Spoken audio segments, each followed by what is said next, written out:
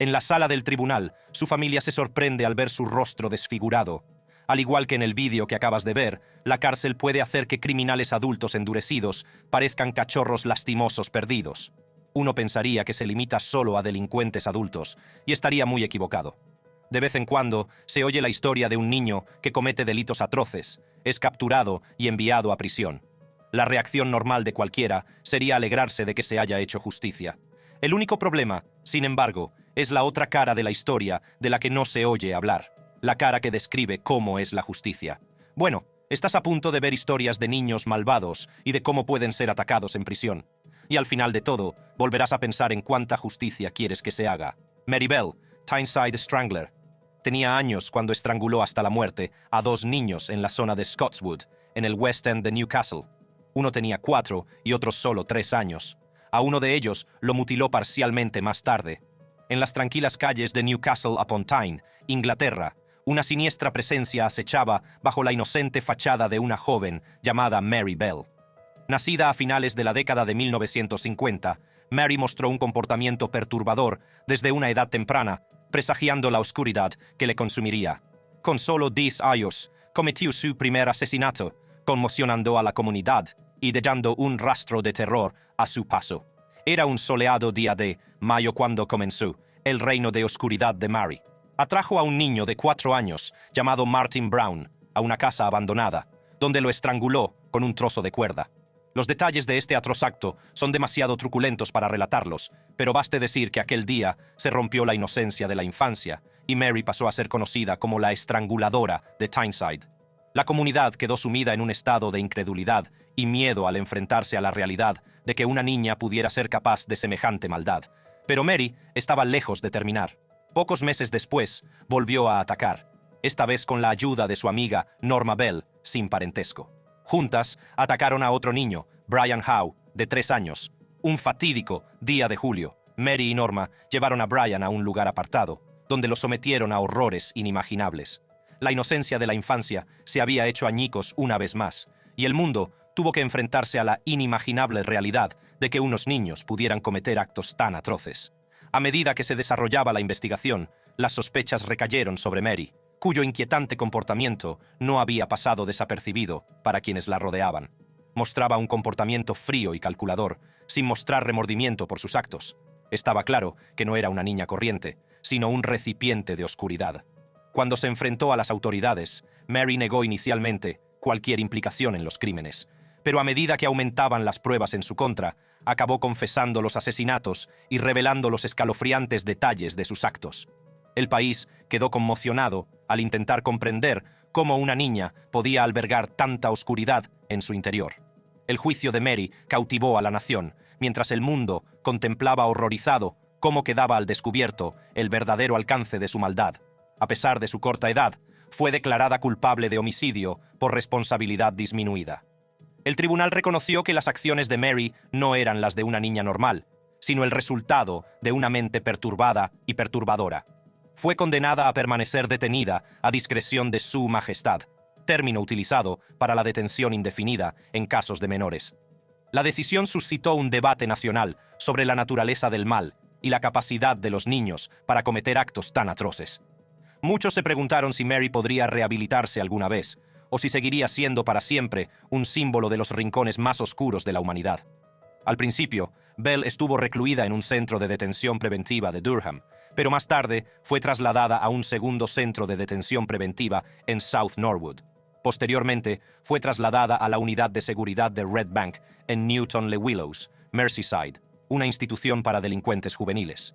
En este centro, Bell era la única mujer entre unas 24 reclusas. Desgraciadamente, Bell revelaría más tarde que sufrió abusos sexuales por parte de un miembro del personal y de varias reclusas durante su estancia en este centro. Cuando cumplió los 16, en noviembre de 1973, fue trasladada a un ala de seguridad de la prisión de Stial, en Cheshire. Se dice que Bell se sentía resentida por haber sido trasladada a este centro y, a pesar de sus esfuerzos, no tuvo éxito en su solicitud de libertad condicional mientras cumplía allí su condena. Finalmente, fue puesta en libertad en 1980. Jesse Pomeroy, The Boston Boy Fiend. A finales del siglo XIX, el miedo se apoderó de la ciudad de Boston cuando un joven llamado Jesse Pomeroy desató un reino de terror que mancharía para siempre su historia. Nacido con una oscuridad que le acechaba por dentro, Jesse mostró signos de sadismo desde muy joven, presagiando los horrores que aguardaban a las desprevenidas víctimas que se cruzaban en su camino. Con solo 14 años, Jesse se embarcó en una oleada de torturas y asesinatos que trastornaría la ciudad. Su primera víctima conocida fue un joven llamado Horace Millen, a quien Jesse atrajo a una zona apartada con el pretexto de enseñarle un fuerte. Una vez allí, sometió a Horace a indecibles actos de violencia, dejando al joven maltrecho y sin vida. Por desgracia, su reino del terror no terminó con Horacio. Envalentonado por haber probado por primera vez la sangre, Jesse continuó su juerga, atacando a otros jóvenes que caían víctimas de sus retorcidos deseos. La ciudad estaba paralizada por el miedo y los padres vigilaban a sus hijos, aterrorizados de que pudieran ser el próximo objetivo de este joven monstruo. Los crímenes de Jesse fueron aumentando en brutalidad a medida que perfeccionaba sus métodos de tortura y asesinato. Sus víctimas, en su mayoría niños, sufrían horrores inimaginables a sus manos. Algunos fueron apuñalados repetidamente, mientras que otros fueron estrangulados o golpeados hasta la muerte. Los detalles de estos actos han quedado grabados en los anales de la historia, un escalofriante recordatorio de la profundidad de la depravación de la que Jesse era capaz a tan temprana edad. La ciudad de Boston entró en estado de pánico a medida que aumentaba el número de cadáveres. Las autoridades lanzaron una persecución masiva, desesperadas por poner fin al reinado de terror de Jesse. No tardaron en detenerlo, y el verdadero alcance de sus actos sádicos quedó al descubierto para que el mundo lo viera. El juicio de Jesse cautivó a la nación, y sus crímenes fueron revelados con horripilante detalle. La sala del tribunal se llenó de una mezcla de horror e incredulidad cuando los testigos relataron las atrocidades cometidas por este joven. El jurado, ante las abrumadoras pruebas, declaró a Jesse culpable de asesinato y le condenó a cadena perpetua. Jesse Pomeroy fue llevado a ver el cadáver de una de sus víctimas e interrogado sobre su implicación en el asesinato. Sin embargo, durante la investigación del forense, a Pomeroy se le negó el derecho a tener un abogado presente. El juicio de Commonwealth contra Pomeroy tuvo lugar en el Tribunal Judicial Supremo de Massachusetts, en el condado de Suffolk, Boston, los días 9 y 10 de diciembre de 1874. El fiscal general abogó por un veredicto de culpabilidad por asesinato en primer grado. En sus alegatos finales, el fiscal general sugirió un cargo alternativo de asesinato con extrema atrocidad, que según la ley de Massachusetts también se considera asesinato en primer grado, pero difiere en el requisito de premeditación. El 10 de diciembre de 1874, Pomeroy fue declarado culpable, con el jurado recomendando clemencia debido a su corta edad. El abogado de Pomeroy, Charles Robinson, presentó 2 excepciones, pero fueron rechazadas en febrero de 1875, y Pomeroy fue condenado a morir en la horca. Sin embargo, correspondía al gobernador firmar la orden de ejecución y programar la ejecución de Pomeroy. El gobernador William Gaston se negó a cumplir con esta responsabilidad, dejando la única vía para perdonar la vida de Pomeroy a través del Consejo del Gobernador de Massachusetts. Para que la sentencia de Pomeroy fuera conmutada, una mayoría simple de los 9 miembros del Consejo tenía que votar a favor. Durante el año y medio siguiente, el Consejo votó 2 veces a favor de la ejecución de Pomeroy, pero el gobernador Gaston se negó a firmar la orden de ejecución en cada ocasión. En agosto de 1876, el Consejo votó por tercera vez de forma anónima, conmutando la sentencia de Pomeroy por cadena perpetua en régimen de aislamiento. El 7 de septiembre de 1876, Pomeroy fue trasladado de la cárcel del condado de Suffolk a la prisión estatal de Charlestown, donde comenzó su vida en régimen de aislamiento a la temprana edad de 16 años y 9 meses. Pomeroy permaneció encarcelado en la prisión estatal de Charlestown. En 1929, ya anciano y con mala salud, Pomeroy fue trasladado al Hospital Bridgewater para criminales dementes, donde falleció el 29 de septiembre de 1932. Joshua Phillips. Joshua Phillips era un adolescente cuyas acciones cambiaron Jacksonville en la década de 1990. A primera vista, Joshua parecía un chico corriente, pero a puerta cerrada albergaba un oscuro secreto. A los 14 años, cometió un crimen que atormentaría para siempre a la ciudad. Era un día como cualquier otro, cuando el camino de Joshua se cruzó con el de Maddie Clifton, de 8 años. Lo que empezó como una interacción aparentemente inocente se convirtió rápidamente en una pesadilla. En un arrebato de ira, Joshua asesinó brutalmente a Maddie, dejando su cuerpo sin vida, escondido debajo de su cama. Cuando se descubrió el cadáver de Maddie, el miedo y la incredulidad se apoderaron de la ciudad. ¿Cómo podía un niño cometer un acto tan atroz? La investigación se desarrolló y Joshua fue detenido, con su oscuro secreto a la vista de todos. La nación se enfrentó a la inquietante pregunta de qué lleva a un niño a cometer actos tan atroces. Mientras la comunidad se unía para buscar a Maddie, pocos sabían de que la persona responsable vivía entre ellos, escondida a plena vista. El 10 de noviembre, Melissa Phillips entró en la habitación de su hijo y vio una mancha de humedad en el suelo. Registró la habitación y encontró el cadáver de Clifton, por lo que salió inmediatamente de la casa para denunciar el incidente a la policía. Phillips fue detenida más tarde ese mismo día en su colegio y confesó el asesinato a las pocas horas. Los fiscales rebatieron algunas partes de la historia de Phillips.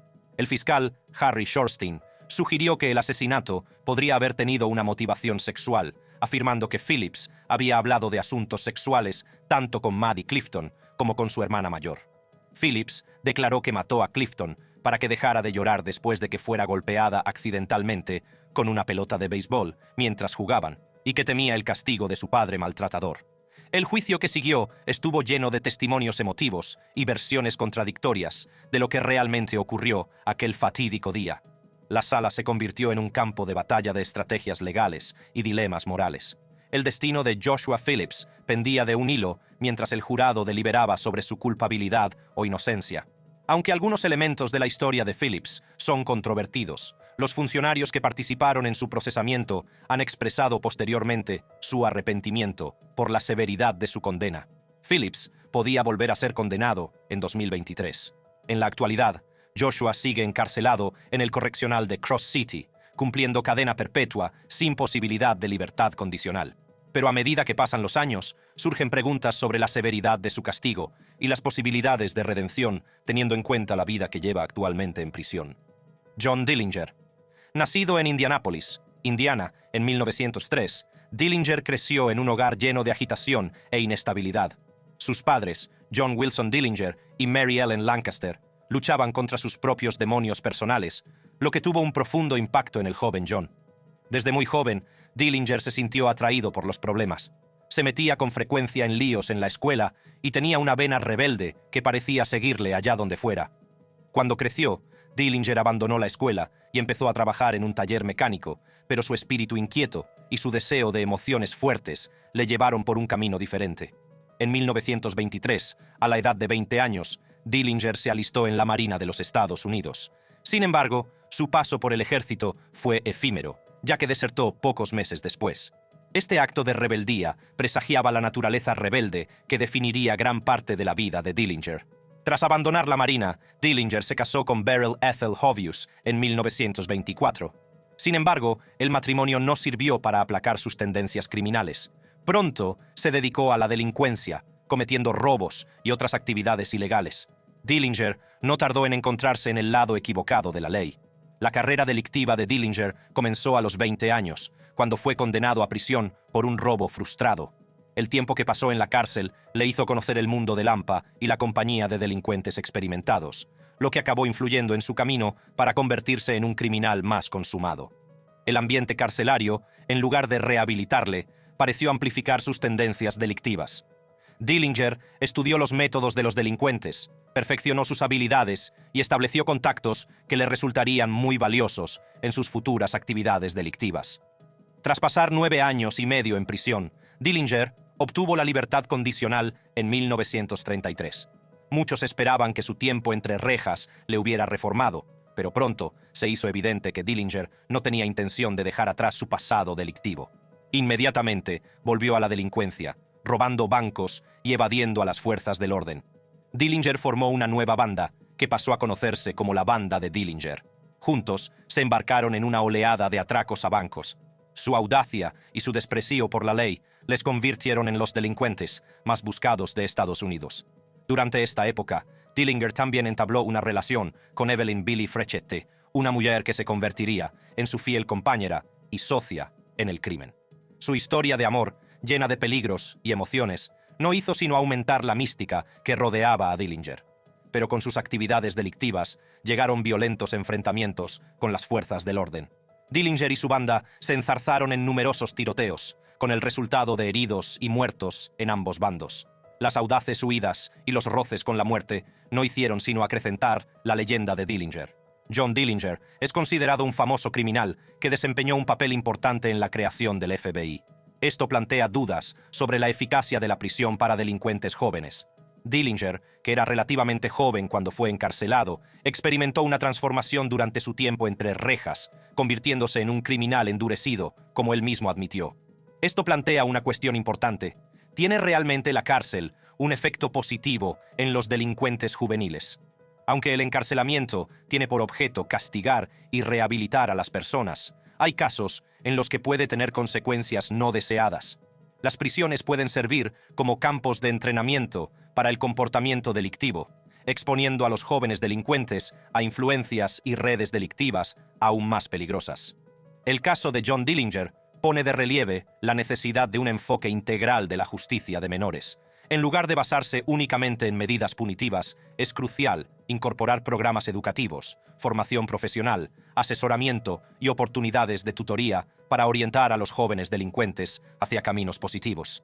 La rehabilitación debe ser un objetivo primordial, proporcionando a los individuos las habilidades y el apoyo que necesitan para reintegrarse en la sociedad como ciudadanos respetuosos con la ley.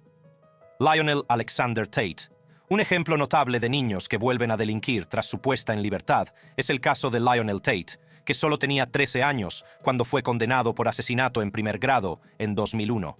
Tras cumplir 3 años de prisión, Tate quedó en libertad condicional. Sin embargo, volvió a verse enredado en el sistema de justicia penal, ya que violó su libertad condicional y posteriormente fue encarcelado por robo en 2005.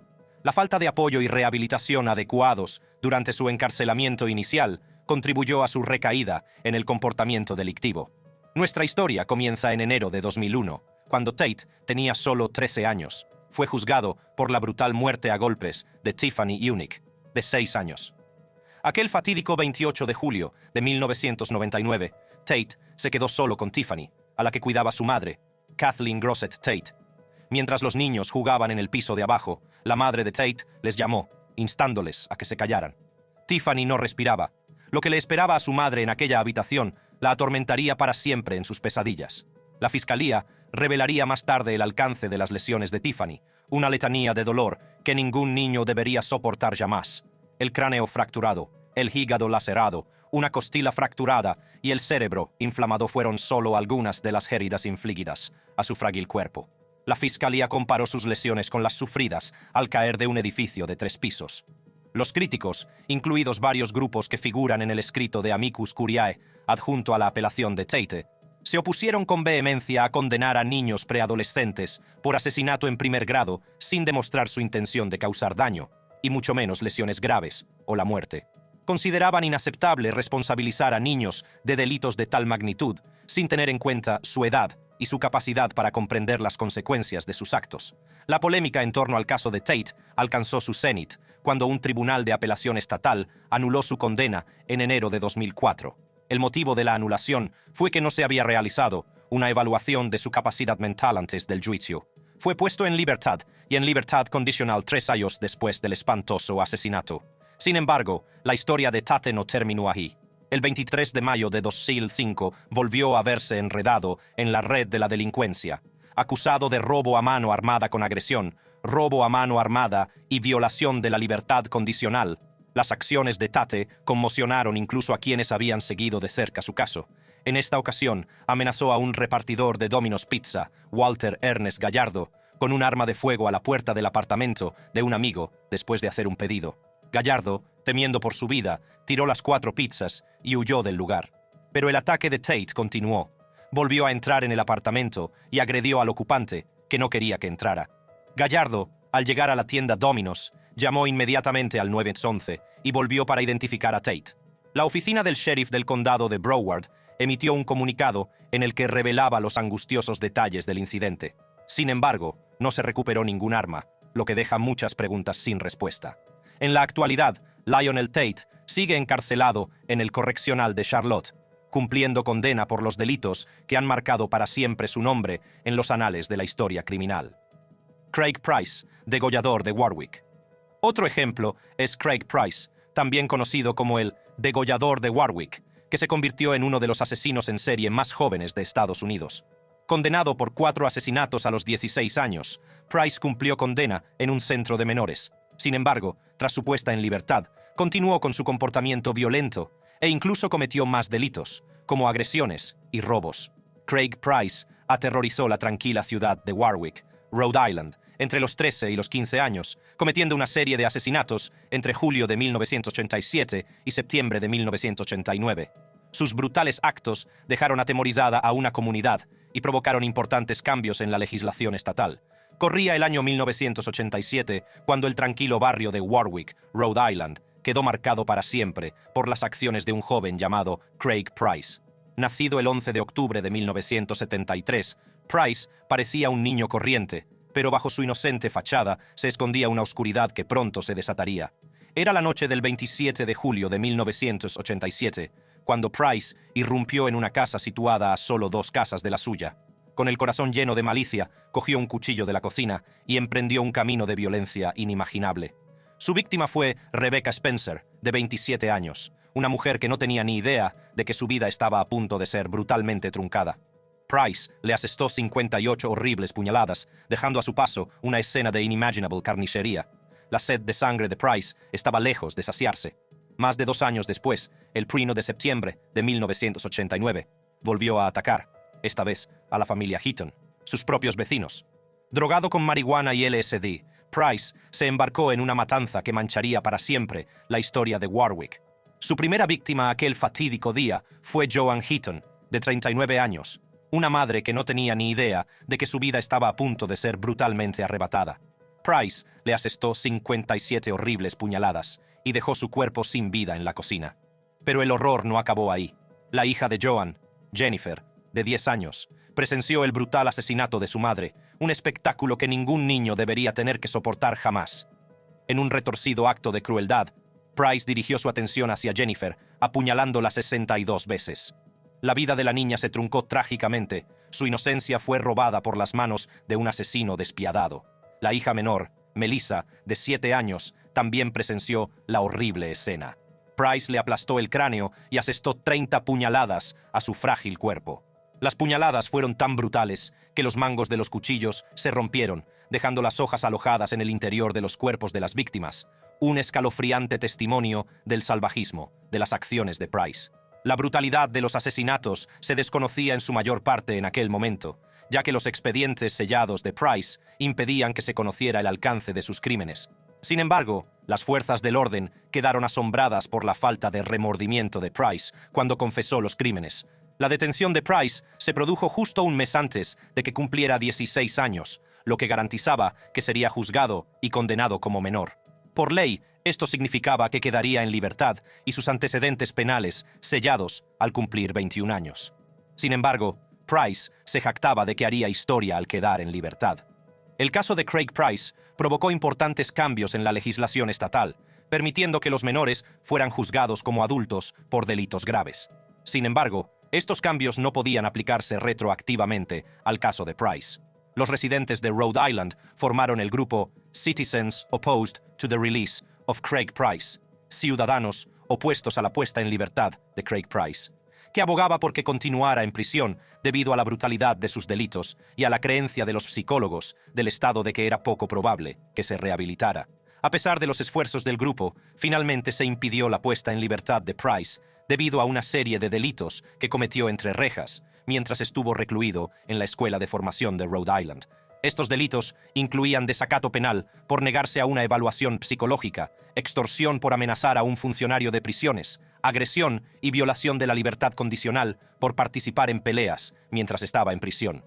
Como resultado, Price fue condenado a una pena adicional de entre 10 y 25 años, dependiendo de su cooperación con el tratamiento. Ted J. Lane. El 27 de febrero de 2012, los pasillos del Instituto Chardon de Chardon, Ohio, se tiñeron para siempre con la sangre de estudiantes inocentes. Fue un día que pasaría a la infamia, ya que T.J. Lane un estudiante problemático con una rivalidad personal, desató una ola de terror que se cobraría la vida de 3 jóvenes y dejaría una comunidad destrozada. T.H. Lane, un estudiante aparentemente tranquilo e inteligente, tenía un pasado problemático que dejaba entrever la oscuridad que llevaba dentro. Anteriormente, había asistido a una escuela para alumnos con problemas de conducta, señal de que había problemas subyacentes que aún no se habían abordado. Pero nadie podía predecir el horror que se desataría aquel fatídico día. La rivalidad personal de Lane con una de las víctimas, una alumna que había empezado a salir recientemente con la exnovia de Lane, alimentó en él una ira profundamente arraigada. Aquella trágica mañana, mientras los alumnos se reunían en la cafetería de la escuela, Lane aprovechó la oportunidad para desatar su ira contra sus desprevenidos compañeros. Sin previo aviso, Lane abrió fuego contra un grupo de estudiantes, apuntando a su rival con mortal precisión. El sonido de los disparos resonó en toda la cafetería, rompiendo la atmósfera pacífica y sumiendo a la escuela en el caos. Los profesores Frank Hall y Joseph Ritchie intervinieron con valentía, expulsaron a Lane de la escuela y evitaron un mayor derramamiento de sangre. Las consecuencias del tiroteo fueron devastadoras. 5 alumnos fueron hospitalizados y sus vidas quedaron alteradas para siempre por las secuelas físicas y emocionales que arrastrarían. Trágicamente, ese día se perdieron 3 vidas jóvenes, cuyos sueños y aspiraciones se vieron truncados por un acto de violencia sin sentido. El juicio de T.H. Lane se celebró en un tribunal de menores, donde se le declaró competente para ser juzgado. Posteriormente, se declaró culpable de múltiples cargos, incluido el de asesinato con agravantes, y fue condenado a 3 cadenas perpetuas consecutivas, sin posibilidad de libertad condicional. Actualmente cumple condena en el Correctional Warren de Youngstown, Ohio. Sin embargo, su encarcelamiento no ha supuesto ningún cambio positivo en su comportamiento ni en su rehabilitación. Lane ha cometido una serie de errores durante su encarcelamiento, como admitir que consumía marihuana y renunciar al desodorante. También ha mostrado un comportamiento agresivo e insubordinación. La mayor infracción se produjo en 2014, cuando el pistolero de la escuela de Chardon se fugó del correccional de Oakwood, en Lima, Ohio. El alcaide de la cárcel informó de que menos de 6 horas después, en un lugar situado a unos 100 metros de la prisión, Lane fue detenido. Fue aprehendido en el lado norte de la prisión, junto a una iglesia en Blue Lake Road, por 2 miembros de la Unidad de Reacción Especial de la Patrulla de Carreteras del estado de Ohio. Estos ejemplos demuestran que el sistema penitenciario, en particular para los delincuentes juveniles, a menudo no aborda las causas profundas de su conducta delictiva. Los programas de rehabilitación inadecuados, la falta de oportunidades educativas y profesionales y el acceso limitado a los servicios de salud mental contribuyen a un ciclo de reincidencia. Para romper este ciclo, es crucial proporcionar sistemas integrales de apoyo dentro y fuera de la cárcel que aborden las necesidades polifacéticas de los delincuentes juveniles.